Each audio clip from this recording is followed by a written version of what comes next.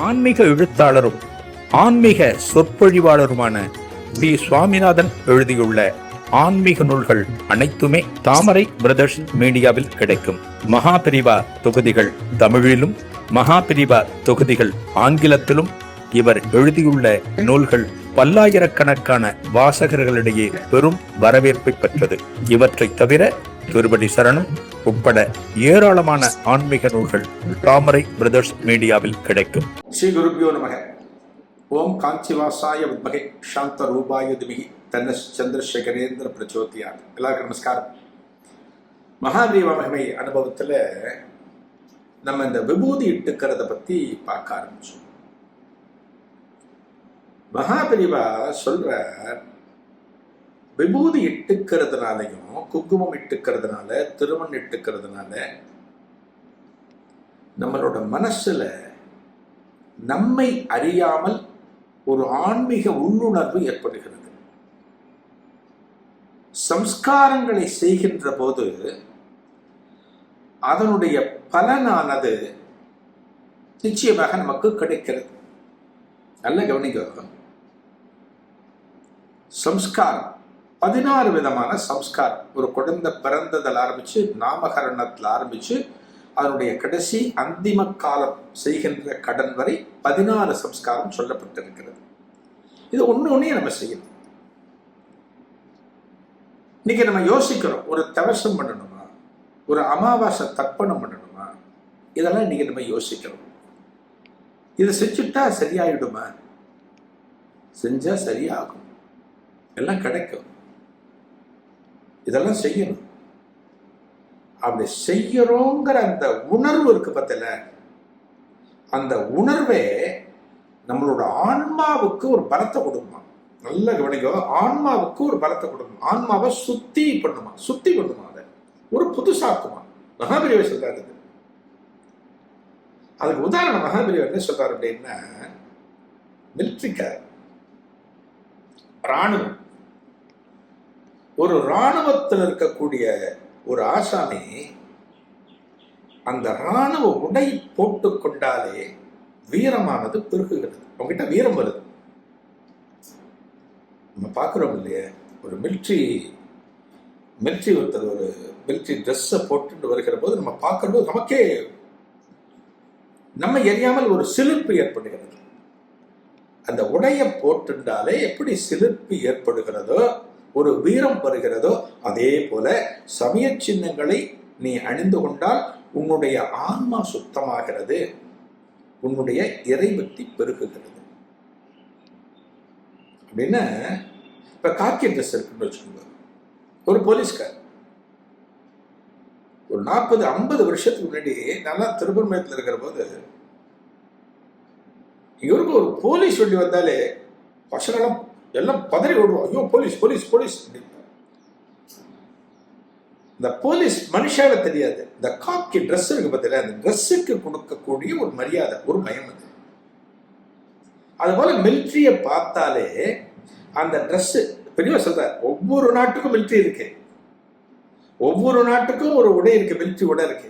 அந்த உடை அணிந்து கொண்டால் எப்படி வீரமானது பெருகுகிறதோ, வீரம் கூடுகிறதோ, அந்த வீரனுக்குள் தன்னை எரியாமல் ஒரு உத்வேகம் ஏற்படுகிறதோ, அதே போல நீ பக்தி எட்டுண்ட உன் ஆன்மா சுத்தமாகும், உனக்குள்ள ஒரு பக்தி பெருகும், உன்னுடைய மனசும் சுத்தமாகும். அப்படிங்கிற பண்ணி பார்ப்போமே. ஏன் கண்ணுக்கு தெரியாம எட்டுப்பான?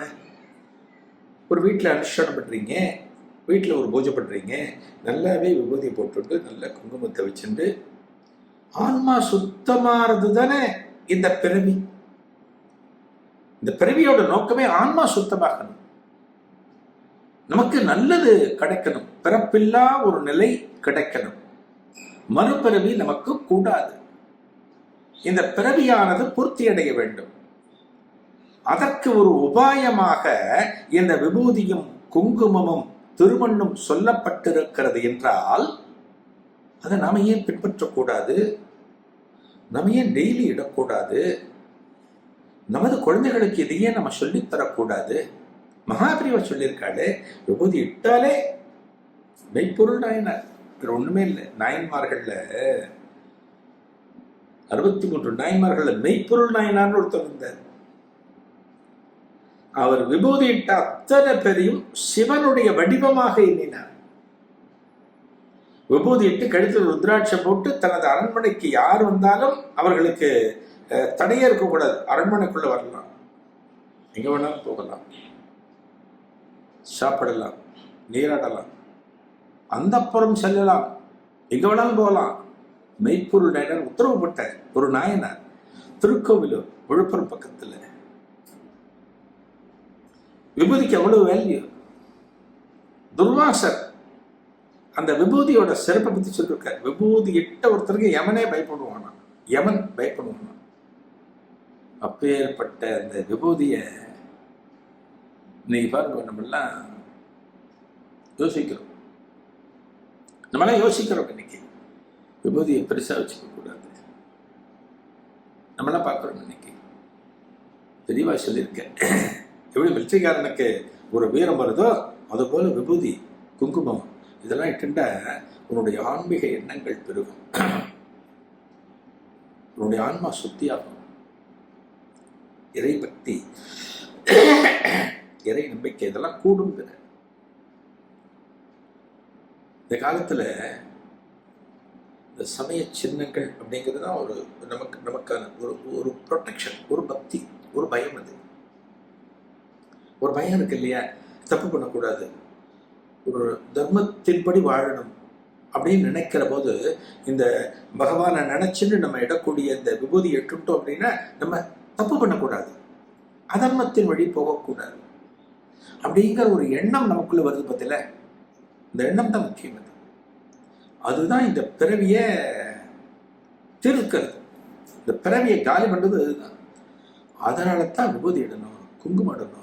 அப்படி யோசிச்சு அது எதோட கம்பேர் பண்ற? மிலிட்டரியோட கம்பேர் பண்ற.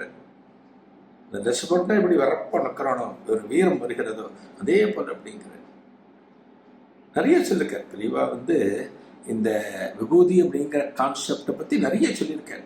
நம்மளாம் நிறைய விஷயத்தை ஃபாலோ பண்ணணும், நிறைய விஷயத்தை பின்பற்றணும். இனிமே விபூதி மஸ்ட், கொடி மட்டும் வச்சுக்கணும். புரிஞ்சிருக்கும்னு நினைக்கிறேன் இல்லையா? ரொம்ப மஸ்ட் இல்லையா? ஓகே, மீண்டும் அடுத்த நிகழ்வில் சந்திக்கலாம். நன்றி. ஆன்மீக எழுத்தாளரும் ஆன்மீக சொற்பொழிவாளருமான பி. சுவாமிநாதன் எழுதியுள்ள ஆன்மீக நூல்கள் அனைத்துமே தாமரை பிரதர்ஸ் மீடியாவில் கிடைக்கும். மகாபிரிவா தொகுதிகள் தமிழிலும், மகாபிரிவா தொகுதிகள் ஆங்கிலத்திலும் இவர் எழுதியுள்ள நூல்கள் பல்லாயிரக்கணக்கான வாசகர்களிடையே பெரும் வரவேற்பை பெற்றது. இவற்றை தவிர திருப்பதி சரணம் உட்பட ஏராளமான ஆன்மீக நூல்கள் தாமரை பிரதர்ஸ் மீடியாவில் கிடைக்கும்.